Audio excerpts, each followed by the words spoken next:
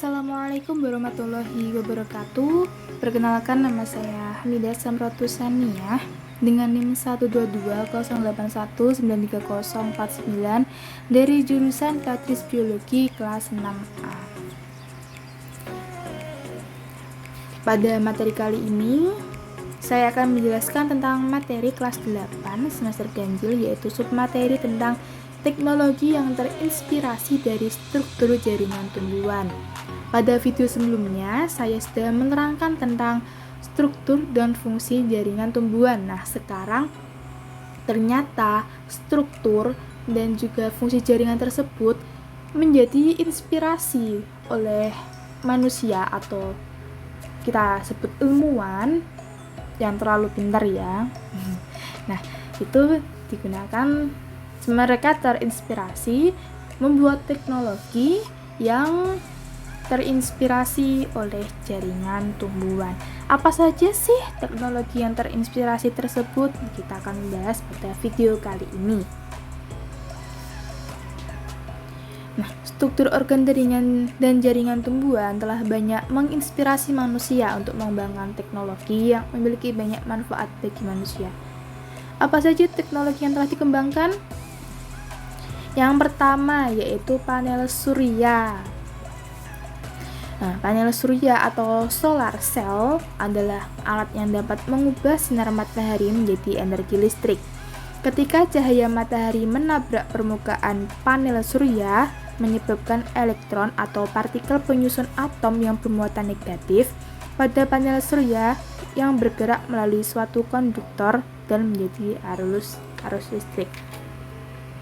Nah, berikut mekanisme kerja panel surya. Ini terinspirasi oleh mekanisme fotosintesis yang terjadi pada daun tumbuhan. Kemarin pada video sebelumnya kita sudah bahas proses fotosintesis itu tempatnya ada di daun. Kita telah mempelajari bahwa pada proses fotosintesis itu dibutuhkan cahaya dan zat hijau daun yang disebut klorofil. Melalui fotosintesis ini dihasilkan oksigen dan glukosa. Saat daun terkena sinar matahari, klorofil akan menyerap energi cahaya. Elektron pada kompleks klorofil akan bergerak melalui suatu saluran dan menyebabkan muatan positif ikut bergerak. Nah, muatan positif ini selanjutnya bergerak menuju kompleks enzim yang berfungsi menghasilkan energi kimia berupa ATP dan NADPH. Energi ATP dan NADPH ini selanjutnya akan digunakan untuk mengubah karbon dioksida menjadi glukosa. Nah, kita lihat ya, ini merupakan panel surya dan komponen penyusunnya, mengubah energi cahaya menjadi energi listrik. Nah, teknologi selanjutnya yaitu sensor cahaya. Ketika kamu mengamati lampu penerangan jalan, pasti kalian pernah lihat beberapa lampu penerangan jalan tersebut ada yang dapat menyala sendiri ketika menjelang malam dan mati sendiri saat menjelang pagi tanpa harus dinyalakan dan dimatikan secara manual. Ini mekanisme pada lampu penerangan tersebut juga terinspirasi oleh mekanisme yang terjadi pada tumbuhan kaktus. Tanaman kaktus hidup di daerah gurun yang kering. Nah, kita tahu ya bahwa tanaman kaktus itu hidup di daerah gurun yang kering. Tumbuhan kaktus memiliki stomata yang unik. Jadi, stomata kaktus akan membuka saat malam hari dan akan tertutup saat siang hari untuk mengurangi penguapan air. Proses membuka dan menutupnya stomata didukung oleh aktivitas sel penjaga stomata. Lampu penerangan jalan mampu menyala dan mati secara otomatis karena dilengkapi dengan sensor cahaya yang disebut fotoresistor atau light dependent resistor LDR dan saklar pengatur on dan off. Ini bukan LDR yang pacaran ya, tapi light dependent resistor. Nah, fotoresistor ini mampu mendeteksi ada dan tidak adanya cahaya di lingkungan sekitar. Fotoresistor ini merupakan resistor atau hambatan listrik yang dapat diubah nilai hambatannya melalui penyinaran cahaya. Hambatan listrik dari fotoresistor ini akan berkurang jika terkena cahaya. Dengan kata lain, jika terdapat cahaya, alat ini mampu menghantarkan listrik.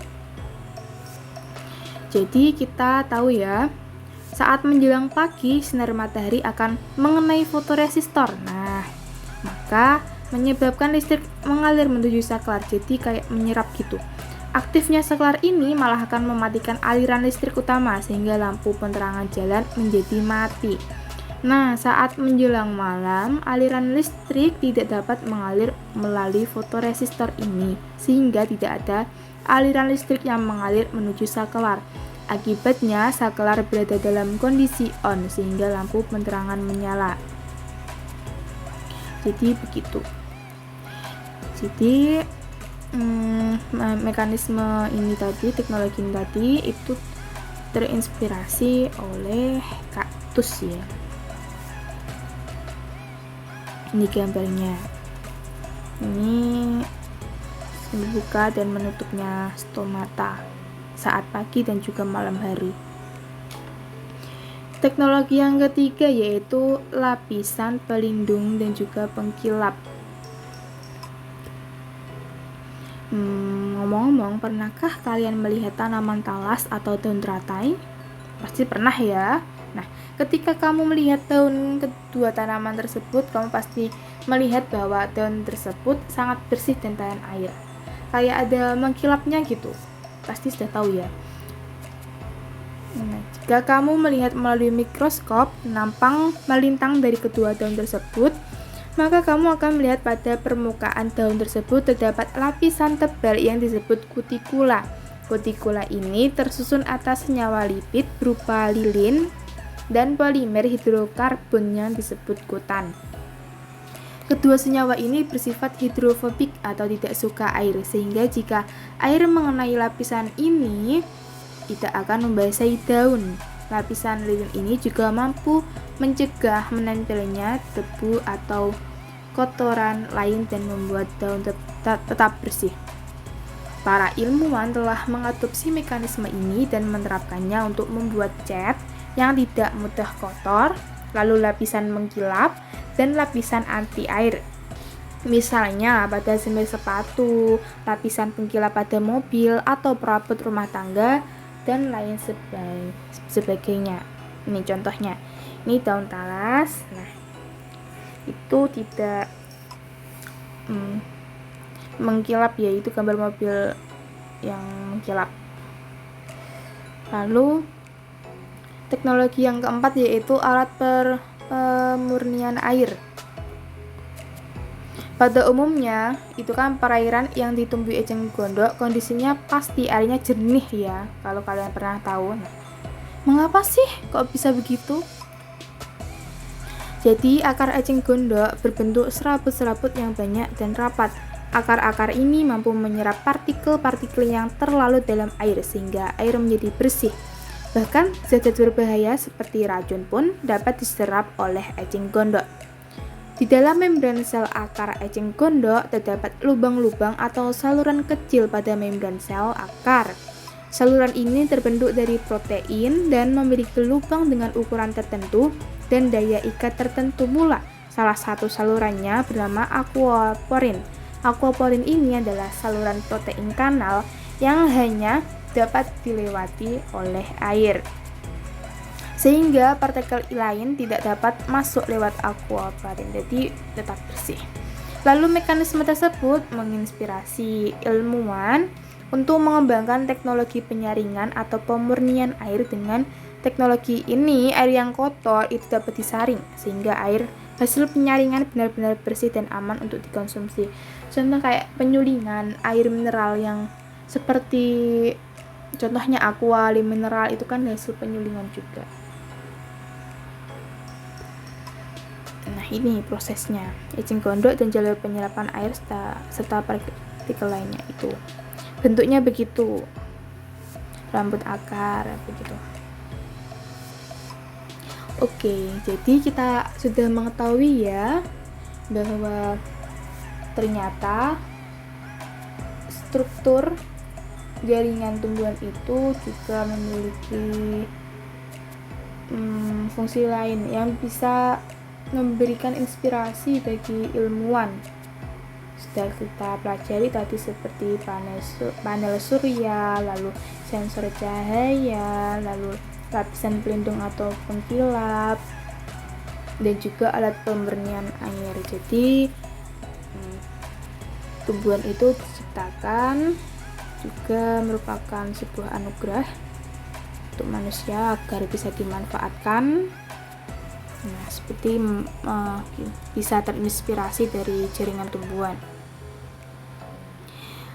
Kita telah berada di ujung materi. Kita telah selesai di materi teknologi yang terinspirasi oleh jaringan tumbuhan ya. Pada video selanjutnya kita akan mempelajari tentang bab lain. Saya akhiri. Terima kasih atas partisipasinya telah menyimak dengan baik. Semoga materi yang telah kita pelajari bisa bermanfaat di kemudian hari. Mohon maaf jika ada tutur kata yang salah. Terima kasih. Wassalamualaikum warahmatullahi wabarakatuh.